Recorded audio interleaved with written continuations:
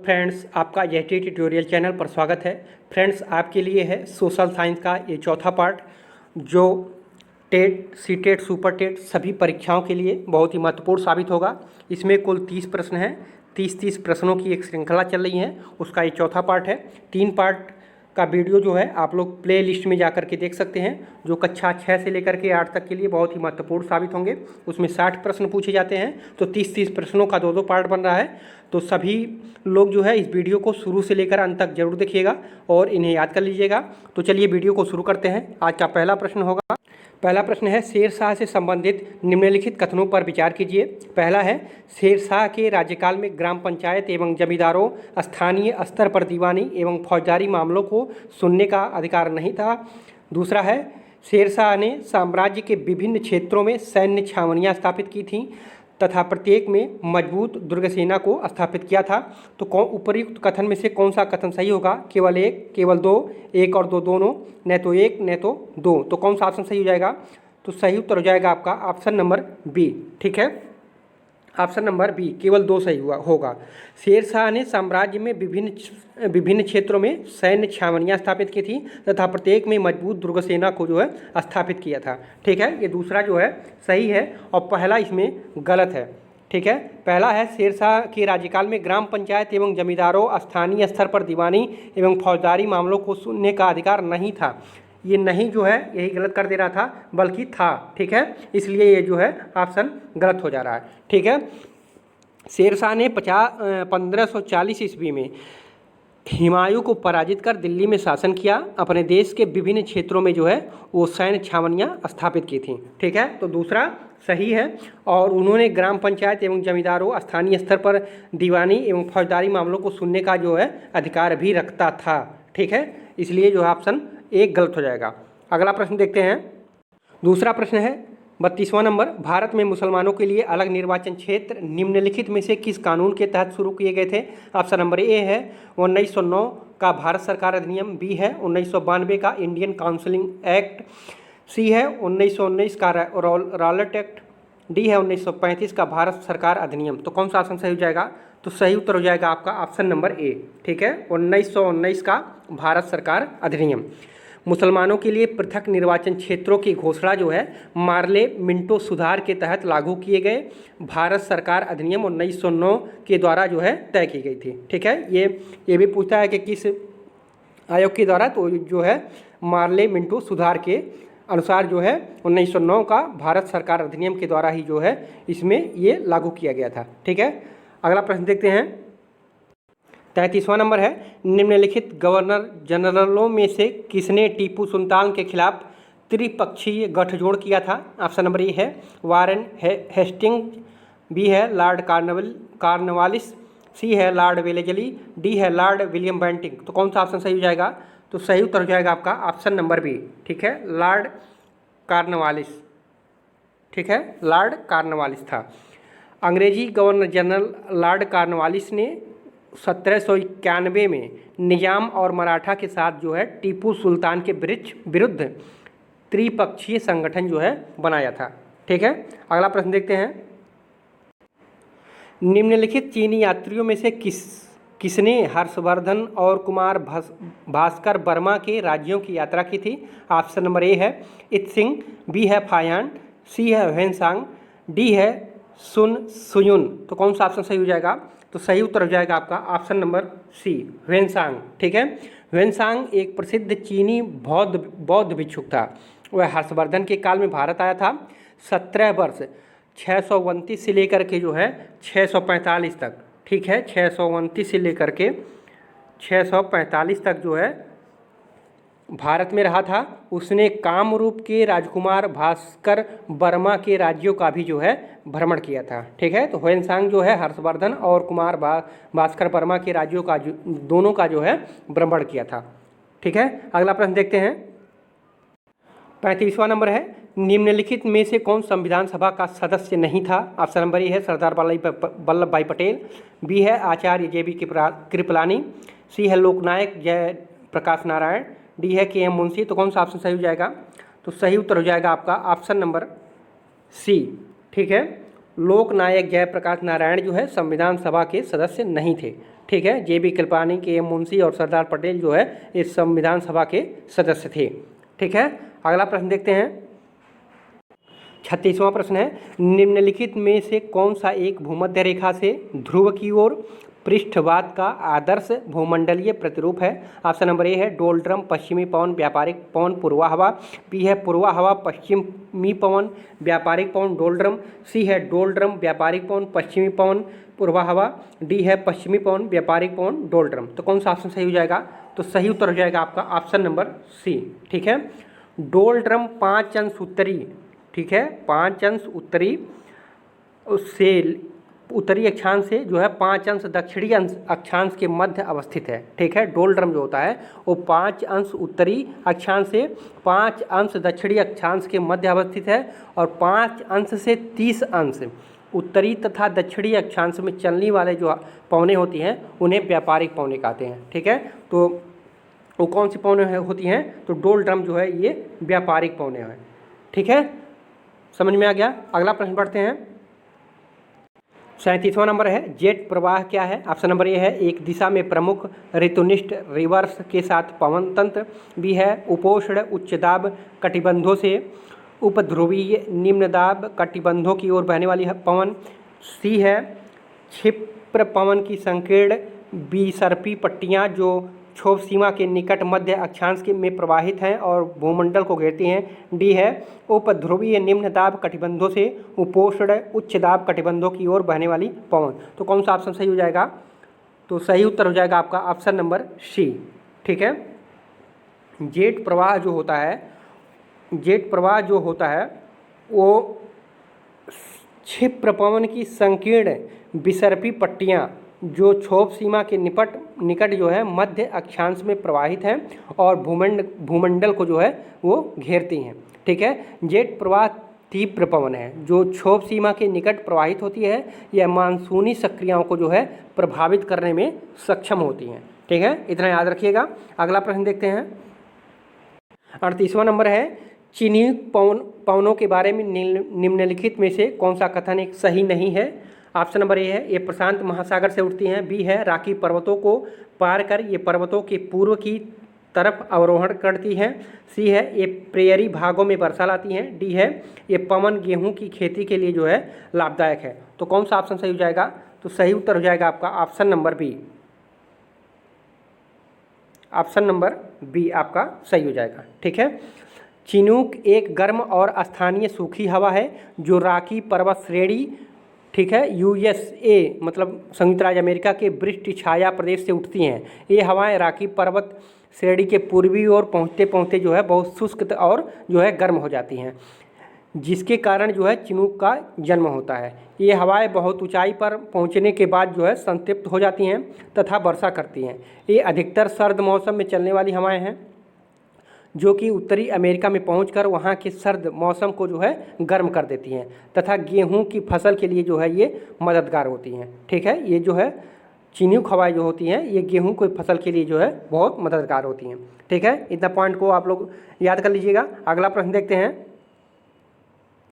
39 number है, सूची 1 को सूची 2 के साथ सुमेलित कीजिए और सूची को के नीचे दिए गए कोड का प्रयोग कर सही उत्तर को चुनना है। इधर खनिज है और इधर खान है, तो ये बताना है कि कौन सा खनिज किस खान में पाया जाता है। ठीक है। तो देखिए बॉक्साइट जो है, बॉक्साइट कहाँ पे पाया जाता है, किस खनिज में?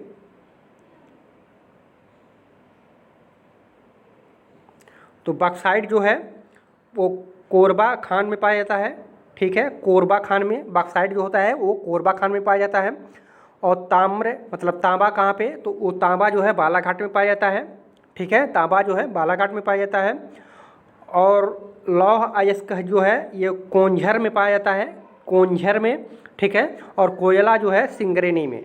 ठीक है, सिंगरेनी में। तो ए का 2, बी का 1, सी का 4 और डी का 3 ये सही हो जाएगा। तो कौन सा कूट सही हो जाएगा?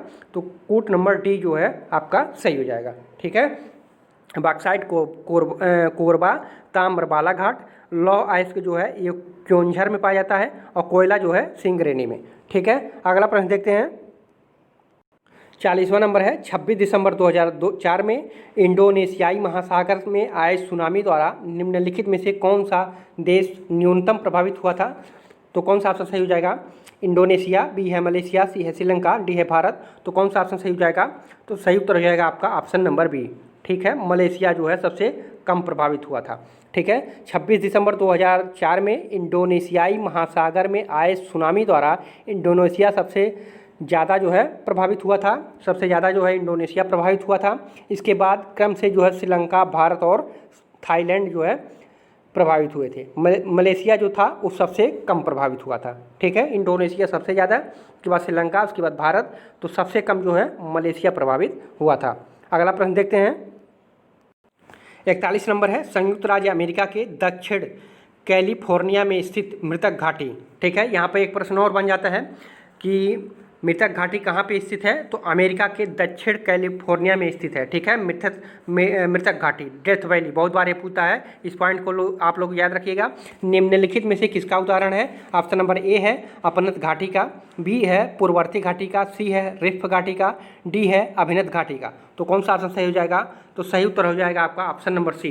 ठीक है, रिफ्ट घाटी का। ठीक है, जो अमेरिका के दक्षिण कैलिफोर्निया में स्थित मृतक घाटी है, डेथ वैली है, वो रिफ्ट घाटी से जो है संबंधित है। ये उसका जो है रिफ्ट घाटी ही उसका जो है उदाहरण है। ठीक है, तो यहाँ पे दो पॉइंट है, दोनों को जो है याद रखिएगा। अगला प्रश्न देखते हैं। 42 नंबर है 1 किलो बाइट यानी 1 KB किसके तुल्य होता है? ऑप्शन नंबर ए है 1000 बाइट, बी है 10,000 बाइट, सी है 124 बाइट, 1024 बाइट, डी है इनमें से कोई नहीं। तो कौन सा ऑप्शन सही हो जाएगा? तो सही उत्तर हो जाएगा आपका ऑप्शन नंबर सी। ठीक है, 1024 बाइट, 1 KB बराबर जो है 1024 बाइट होता है। ठीक है, अगला प्रश्न देखते हैं। 43वां प्रश्न है 83वें ऑस्कर पुरस्कार में सर्वश्रेष्ठ फिल्म का पुरस्कार जीता था किसने? द सोशल नेटवर्क ने, द फाइटर ने, ब्लैक स्वान ने, डी है द किंग्स स्पीच ने। तो कौन सा ऑप्शन सही हो जाएगा? तो सही उत्तर हो जाएगा आपका ऑप्शन नंबर डी। ठीक है, द किंग्स स्पीच ने 83वें ऑस्कर पुरस्कार में जो है सर्वश्रेष्ठ जो फिल्म थी वो द किंग्स स्पीच, ठीक है, वही जो है ऑस्कर पुरस्कार जीता था। अगला प्रश्न देखते हैं।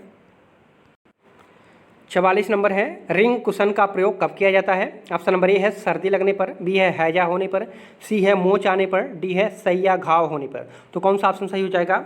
तो सही उत्तर हो जाएगा आपका सैया घाव होने पर। ठीक है, रिंग कुशन का जो किया जाता है वो सैया घाव होने पे, यानी जब चोट लग जाता है, हम लोग बेड रेस्ट लेते हैं, तो उस पर जो है रिंग कुशन का, वो रिंग कुशन जो है पेट के नीचे लगा करके जो है किया जाता है। वो कभी कभी व्हील चेयर मतलब जिस पे लेटे रहते हैं, देखते होंगे आप लोग, पीछे से उठा देते हैं। ठीक है, तो रिंग कुशन का जो है प्रयोग सैया घाव होने पर जो है किया जाता है। ठीक है, अगला प्रश्न देखते हैं। 45 नंबर है सन 1936 में विजयनगर साम्राज्य की दीवारें किसकी मदद से तैयार की गई? ऑप्शन नंबर ए है मिट्टी, बी है सीमेंट, सी है खरल, डी है पच्चड़ों को एक साथ गूंथ कर। तो कौन सा ऑप्शन सही हो जाएगा? तो सही उत्तर हो जाएगा आपका ऑप्शन नंबर ए। ठीक है, मिट्टी से तैयार की गई थी। ठीक है, मिट्टी से तैयार की गई थी। 1936 में जो विजयनगर साम्राज्य बना था उसकी जो दीवारें बनाई गई थी वो सिर्फ मिट्टी से ही बनाई गई थी। ठीक है, अगला प्रश्न देखते हैं। 46वां नंबर प्रश्न है निम्नलिखित में से कौन राष्ट्रीय मानवाधिकार आयोग का अध्यक्ष बन सकता है? ऑप्शन नंबर ए है संसद के दोनों सदनों में से किसी एक सदन का सदस्य हो, बी है भारत के उच्चतम न्यायालय का मुख्य न्यायाधीश हो, सी है मानवाधिकार संवर्धन की सक्रिय लगा कोई सामाजिक कार्यकर्ता हो, डी है उच्च न्यायालय तथा उच्चतम न्यायालय को कोई आसीन न्यायाधीश हो। तो कौन सा ऑप्शन सही हो जाएगा? तो सही उत्तर हो जाएगा आपका ऑप्शन नंबर बी। ठीक है, राष्ट्रीय मानवाधिकार आयोग का अध्यक्ष बनने के लिए भारत के उच्चतम न्यायालय का जो है मुख्य न्यायाधीश होना अनिवार्य है। ठीक है, राष्ट्रीय मानवाधिकार आयोग का गठन कब हुआ था? तो 12 अक्टूबर 1993 में हुआ था। ठीक है, कभी कभी ये भी प्रश्न पूछ देता है। ठीक है, तो इसको जो है आप लोग याद रखिएगा, 12 अक्टूबर 1993 को हुआ था। इस आयोग का अध्यक्ष जो होता है उच्चतम न्यायालय के मुख्य न्यायाधीश को अवकाश ग्रहण करने के बाद 5 वर्षों के लिए जो है नियुक्त किया जाता है। ठीक है, 5 वर्षों के लिए जो है नियुक्त किया जाता है। ठीक है, कमेंट में आप लोग बताइएगा वर्तमान में राष्ट्रीय मानवाधिकार के अध्यक्ष कौन है। ठीक है, आप लोग कमेंट में करके बताइएगा। अगला प्रश्न देखते हैं। 47 नंबर है भारत का योजना आयोग ऑप्शन नंबर ए है इस हेतु विशेष उल्लेख के साथ संवैधानिक उपबंध के अधीन गठित किया गया है। बी है संसद के अधिनियम के द्वारा गठित किया गया है। सी है इस संबंध में मंत्रिमंडल के निर्णय के द्वारा गठित किया गया है। डी है संवैधानिक संशोधन के द्वारा गठित किया गया है। तो कौन सा ऑप्शन सही हो जाएगा? तो सही उत्तर हो जाएगा आपका ऑप्शन नंबर सी। ठीक है, भारत योजना आयोग अब जो है इसका नाम बदल करके जो है नीति आयोग कर दिया गया है। ठीक है, इसको ध्यान रखिएगा, नीति आयोग कर दिया गया है। 1 जनवरी 2015 से इसका जो नाम है वो नीति आयोग हो गया है। ठीक है, तो सारे उपबंध वही हैं लेकिन सिर्फ नाम ही बदला है।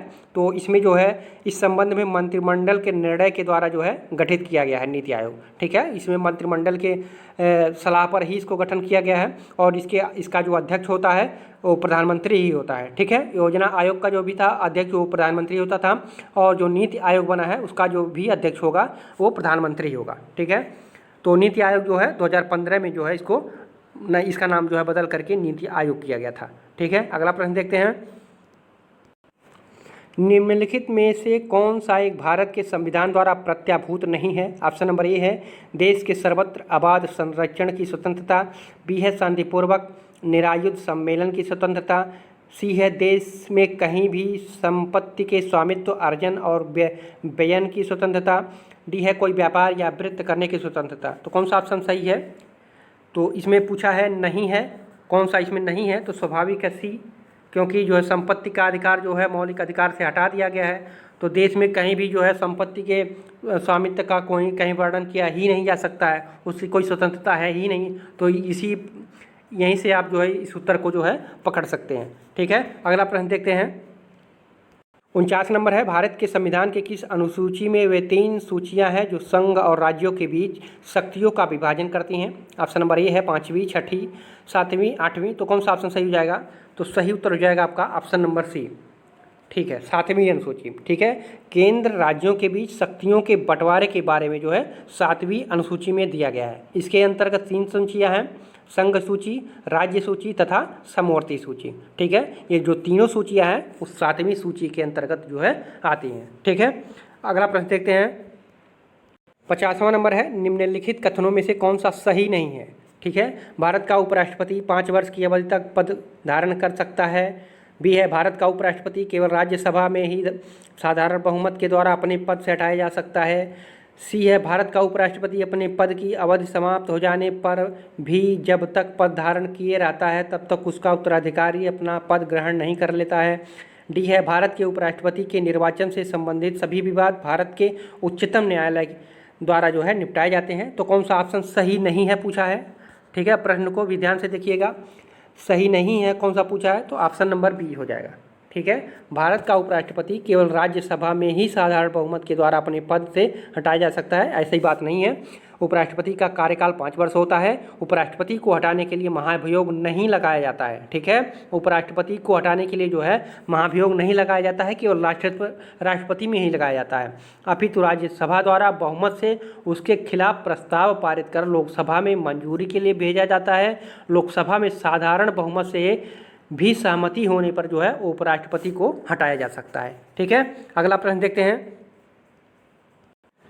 91वां है पाठ्यपुस्तकों को सभी क्षेत्रों और सामाजिक समूहों का प्रतिनिधित्व करने वाली बनाने के लिए क्या जरूरी है? ऑप्शन नंबर ए है स्थानीय संसाधनों से प्रारंभिक स्थानीय सामग्री शिक्षण अधिगम प्रक्रिया का भाग होना चाहिए। बी है पाठ्यपुस्तकें देश के सभी भाषाओं विशेषतः भारतीय संविधान की सूची 8 में दर्ज भाषाओं में लिखी जानी चाहिए। सी है क्षेत्रों के बीच समान मुद्दों को केवल इसलिए उजागर किया जाए ताकि संघात्मक गणतंत्र की भावना को प्रोत्साहन मिले।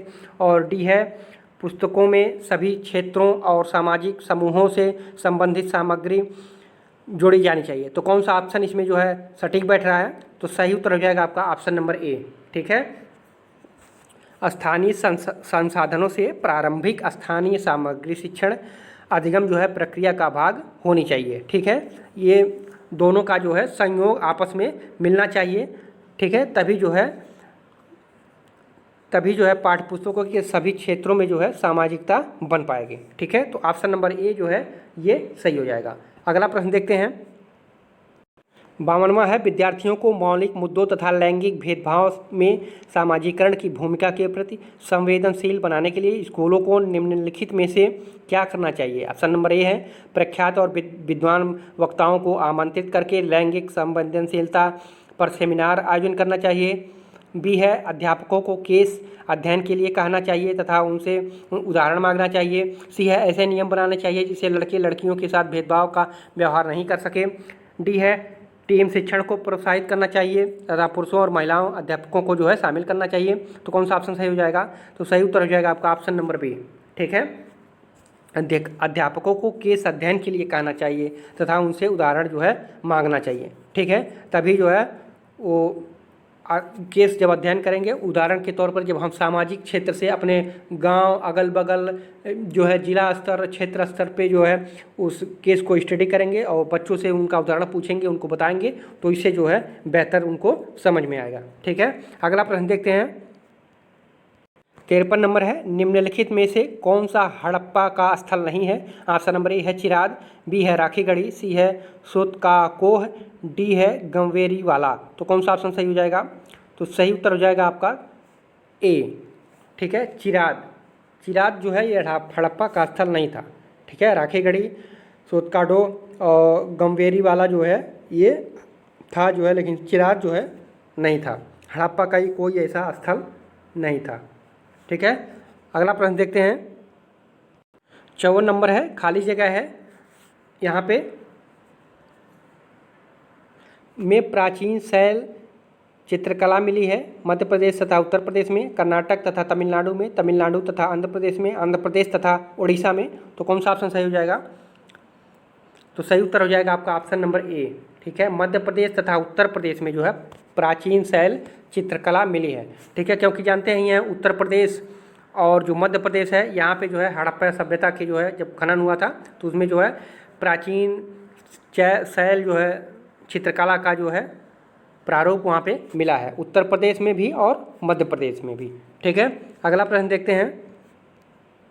55वां नंबर है निम्नलिखित में से कौन सा आखेटक खाद्य संग्राहक के एक स्थान से दूसरे स्थान की ओर घूमते रहने का कारण नहीं था। ऑप्शन नंबर ए है जल संसाधनों की खोज के लिए, बी है एक स्थान पर रहने से संसाधनों की कमी हो जाती थी, सी है उन जानवरों का पीछा करना जिनका वे शिकार करते थे, डी है संसाधनों के लिए अन्य आखेटक खाद्य संग्राहक समूहों से संघर्ष करना पड़ता था। तो कौन सा ऑप्शन सही हो जाएगा? तो सही उत्तर हो जाएगा, पूछा क्या है इसमें, आखेटक खाद्य संग्राहक एक स्थान से दूसरे स्थान की ओर घूमते रहने का कारण नहीं था। तो ऑप्शन नंबर डी सही हो जाएगा आपका। ठीक है, संसाधनों के लिए अन्य आखेट खाद्य जो है संग्राहक समूहों में संघर्ष करना ये कोई नहीं था, संघर्ष नहीं करते थे लोग, अपना जो है खाद्य पदार्थ जुटाने के लिए जो है दूर दूर क्षेत्रों में हमेशा इधर उधर भटकते रहते थे और संघर्ष का कोई ऐसा विवरण नहीं मिलता है। ठीक है, तो ऑप्शन नंबर डी आपका सही हो जाएगा। अगला प्रश्न देखते हैं। 56 क्वेश्चन है चौसा का युद्ध किनके बीच लड़ा गया था? गुजरात के बहादुर शाह और हुमायूं, बी है हुमायूं और शेर खान, सी है अकबर और राणा प्रताप, डी है जहांगीर और राणा अमर सिंह। तो कौन सा ऑप्शन सही हो जाएगा? तो सही उत्तर हो जाएगा आपका ऑप्शन नंबर बी। ठीक है, हुमायूं और शेर खान। ठीक है, हुमायूं के बंगाल विभाजन के दौरान 1539 ईस्वी में चौथा का युद्ध हुआ था। ठीक है, 1539 ईस्वी में हुआ था चौसा का युद्ध, ये भी याद रखिएगा, कभी कभी केवल सन पूछ देता है। हुआ था, इस युद्ध में मुगल शासक शेर खां से पराजित हुआ और 1540 ईस्वी में कन्नौज की लड़ाई में पराजित होने के बाद जो है हुमायूं को दिल्ली की सत्ता जो है खोनी पड़ी थी। ठीक है, तो हुमायूं और शेर खान के बीच में हुआ था, कब हुआ था? 1539 में हुआ था। तो इन दोनों जो है पॉइंट को जो है याद रखिएगा। अगला प्रश्न देखते हैं। 57 नंबर है भारत में निम्नलिखित में से किस वर्ष में मुद्रा का दाशमिक प्रणाली अपनाई गई थी? ऑप्शन नंबर ए है 1955, बी है 1957, सी है 1960, डी है 1956। तो कौन सा ऑप्शन सही हो जाएगा? तो सही उत्तर हो जाएगा आपका ऑप्शन नंबर बी 1957 में। ठीक है, भारतीय मुद्रा अधिनियम 1955 के आधार पर मुद्रा के लिए दाशमिक प्रणाली को अपनाया गया। इस अधिनियम को 1 अप्रैल 1957 को जो है लागू किया गया था। इसमें 1964 में सुधार किया जिसके बाद जो है नया पैसा समाप्त कर दिया गया था। ठीक है, तो ये 1957 सही हो जाएगा आपका। अगला प्रश्न देखते हैं। 58 नंबर है, सूची है इसमें, सूची 1 और 2 को सुमेलित करना है और सही उत्तर ढूंढना है। और इधर एक तरफ इधर कृषि आंदोलन है, ठीक है, और यहाँ पे जो है उसका क्षेत्र है। तो जो मोपला का विद्रोह हुआ था, तो मोपला का विद्रोह कहाँ हुआ था, तो ये मालाबार में हुआ था, ठीक है। मोपला का जो विद्रोह था वो मालाबार में हुआ था। और रामोसी कृषक बल का जो विद्रोह हुआ था, आंदोलन हुआ था, वो जो है महाराष्ट्र में हुआ था, ठीक है, वो महाराष्ट्र में हुआ था। और जो कूका विद्रोह था, कूका विद्रोह कहाँ पे हुआ था, वो पंजाब में हुआ था, ठीक है। कूका विद्रोह जो था पंजाब में हुआ था और पाबना विद्रोह जो है वो बंगाल में हुआ था, ठीक है। तो कौन सा कूट सही हो जाएगा, 1 का 4, 1 का 3, बी का 1 और सी का 4 और डी का जो है 2। तो ऑप्शन नंबर 1 ही जो है सही हो जाएगा, ठीक है। मोपला विद्रोह मालाबार, रामोसी कृषक बल जो विद्रोह हुआ था वो महाराष्ट्र, कूका विद्रोह पंजाब और पाबना विद्रोह जो है वो हुआ था बंगाल में, ठीक है। अच्छे से 1-2 बार इसको देख लीजिएगा, बहुत इंपॉर्टेंट है। कभी कभी एक ही विद्रोह दे देगा कि किससे संबंधित है, यही चारों दे देगा, तो आपको जो है मालाबार पे लगाना है, ठीक है। तो इस तरह से भी प्रश्न पूछा जा सकता है, तो इसलिए जो इसको याद रखिएगा। अगला प्रश्न देखते हैं, 59 नंबर है, ग्रामीण पंचवर्षीय योजना में निम्नलिखित में से किस वर्ष भारत में ग्रामीण टेली घनत्व का वर्तमान 1.9% से बढ़कर जो है 10% प्राप्त करने का लक्ष्य रखा गया है। ऑप्शन नंबर ए है 2009, 10, 11, 12। तो कौन सा ऑप्शन सही हो जाएगा, तो सही उत्तर हो जाएगा आपका ऑप्शन नंबर डी, ठीक है। रखा गया था, अब बीत चुका है, तो इसलिए जो है इसको भी याद रखना है। ये ग्रामीण पंचवर्षीय योजना में जो है ग्राम टेली घनत्व का जो है निर्माण किया गया था किस पंचवर्षीय योजना में, तो ग्रामीण पंचवर्षीय योजना में, ठीक है। यहाँ से एक पॉइंट जो है इसको याद कर लीजिएगा कि ग्रामीण टेली घनत्व का वर्तमान जो 1.9% है 10% बढ़ाने को लिए कहा गया था, वो किस योजना के अंतर्गत कहा गया था, तो ग्रामीण पंचवर्षीय योजना के अंतर्गत, ठीक है। तो इसमें पूछा है कि कब तक लक्ष्य रखा गया था, तो ये जो है 2012 तक जो है इसको बढ़ाने का लक्ष्य रखा गया था। तो ऑप्शन नंबर डी सही हो जाएगा। अगला प्रश्न देखते हैं, 60वां और अंतिम प्रश्न है, निम्नलिखित कथनों पर विचार कीजिए। पहला है, भारत में काम के बदले अनाज कार्यक्रम 10वीं पंचवर्षीय योजना के दौरान शुरू किया गया था। दूसरा है, भारत में योजना आयोग एक संवैधानिक निकाय है। तो कौन सा ऑप्शन सही हो जाएगा, तो सही उत्तर हो जाएगा आपका ऑप्शन नंबर केवल 1 सही है, ठीक है। भारत में काम के बदले अनाज का कार्यक्रम 10वीं पंचवर्षीय योजना के दौरान जो है शुरू किया गया था, और ठीक है। और जो ये दूसरा है ये गलत है, क्योंकि योजना आयोग का जिक्र संविधान में है ही नहीं, ठीक है। इसकी स्थापना एक संसदीय अधिनियम के माध्यम से की गई थी, ठीक है, इसलिए यह उत्तर गलत है, ठीक है। फ्रेंड्स, ये रहे आपके 30 क्वेश्चन जो आपके आने वाले सभी टेट, सीटेट, सुपर टेट सभी एग्जाम के लिए काफ़ी महत्वपूर्ण होंगे। अगर आपको वीडियो हेल्पफुल लगी हो तो वीडियो को लाइक करें और चैनल को सब्सक्राइब करें। पूरा वीडियो देखने के लिए आप सभी को धन्यवाद।